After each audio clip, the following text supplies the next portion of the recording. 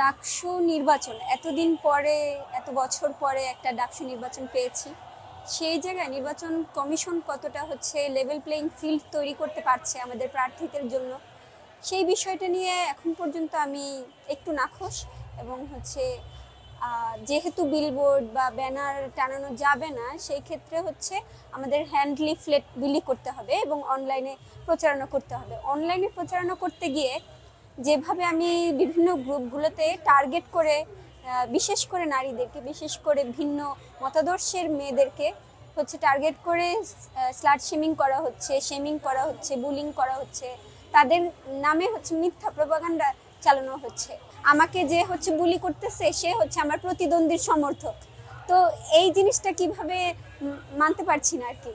আর যেহেতু আমরা ছোট একটা পরিসরে আছি এবং সেই জায়গা থেকে আমাদের লোকবল খুবই কম এবং বন্ধু বান্ধব যারা আছে পাশে আছে, কিন্তু এই যে বিশাল আয়োজন করে আমরা প্রচার করতে পারছি না, সেই জায়গা থেকে আবার অনেক আগে থেকেই দেখলাম যে নারী ক্যান্ডিডেটরা আন্ত হলে তো যাওয়ার ব্যবস্থা ছিল না, এখন করা হয়েছে। সেটা এই কয়দিনে কতটুকু করতে পারবো সেটা একটা ভাবার বিষয়।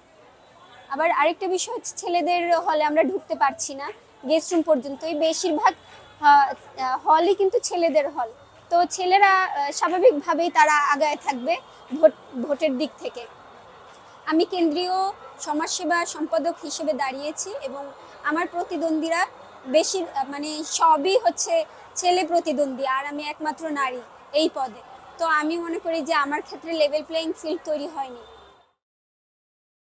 এখন পর্যন্ত নির্বাচন নিয়ে আমি আশা রাখছি এবং প্রশাসনকে এখন পর্যন্ত, বিশেষ করে নির্বাচনের জন্য প্রক্টোরিয়াল বডি কেমনভাবে ফর্ম করবে, কেমনভাবে কাজ করবে, এগুলো এখন পর্যন্ত জানানো হয়নি। এবং আমি যেই অভিযোগ করেছি আমাকে যে স্লাট শেমিং করা হয়েছে, তার মধ্যে অনেকেই কিন্তু পদপ্রার্থী, হলে ক্যান্ডিডেট। তো সেই জায়গা থেকে তার বিরুদ্ধে এখন পর্যন্ত কোনো রকমের জবাবদিহিতা চাওয়া হয়নি নির্বাচন কমিশন থেকে।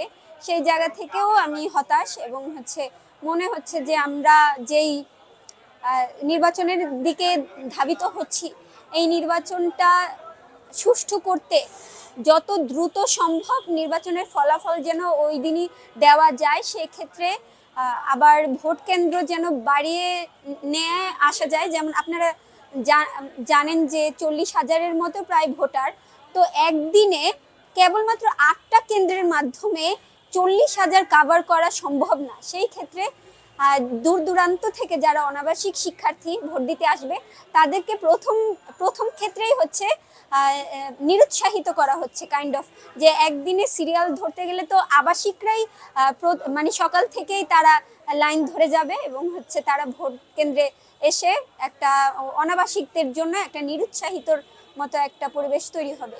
এই ক্ষেত্রে প্রশাসন কি চায় যে অনাবাসিকরা ভোট দিতে না আসুক? আমার তো মনে হয় এইটাই, কারণ যেই স্টেপ নেওয়ার কথা ছিল সর্বোচ্চ ভোট গ্রহণ করার জন্য, ভোট কেন্দ্র দেখে তো মনে হচ্ছে না যে তারা চায়।